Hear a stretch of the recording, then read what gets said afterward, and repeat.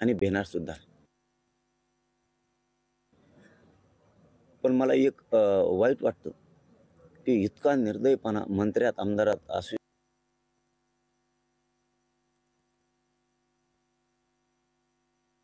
शकतो, सरकारमध्ये असू शकतो. शेवटी तुम्ही सुद्धा माणूस आहेत, तुमच्यात माणुसकी जिवंत असली पाहिजे. अरे जर तुमच्या डोळ्यात एकदा आत्महत्या झाल्यात तर तुम्हाला झोप सुद्धा नाही यायला पाहिजे. आणि तुम्ही मात्र संतापाची लाट म्हणून समोर येईल. लाट तर मराठ्यांची आहेच, परंतु काय असतं, शेवटी मला माहित नाही मी समाजात असन नसेल, फक्त मराठ्यांनी एकजूट नाही पडू द्यायची. मी आता छातीवर गोळ्या जरी पडल्या तरी मी माग हटणार नाही. कारण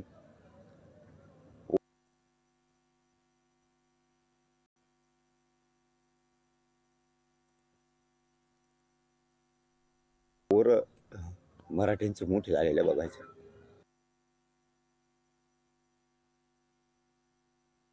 आणि मी ते बघण्यासाठी सज्ज झालेलो. मी रात्रभर झोपलो नाही.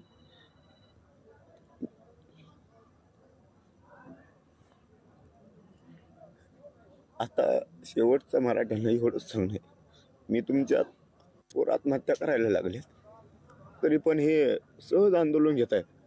आपले पोरं संपले पाहिजेत. आरक्षण असून सुद्धा हे का स्वप्न सरकार बघते हे कळत नाही. आमचे पोरं आरक्षणासाठी लढायला लागले. मला फक्त या समाजात मी असन नसन याचा मला जास्त त्रास होतोय की मी माझ्या समाजाला न्याय पण दिला पाहिजे आणि माझा समाज सुद्धा मी बघायला पाहिजे. परंतु या उपोषणामुळे शरीर साथ देत नाही आणि लढाई आता टोकाची.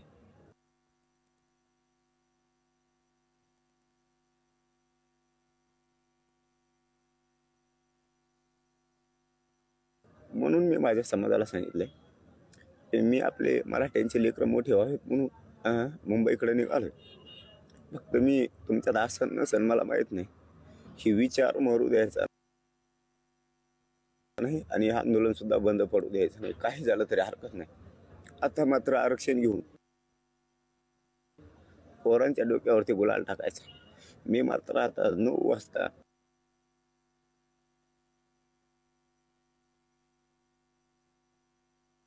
मुंबईकडे निघालोय आणि मी आता मागं हटणार नाही. शेवटच्या श्वासापर्यंत मी या मराठा समाजात मोठे व्हावेत लेकरं म्हणून लढणार आहे.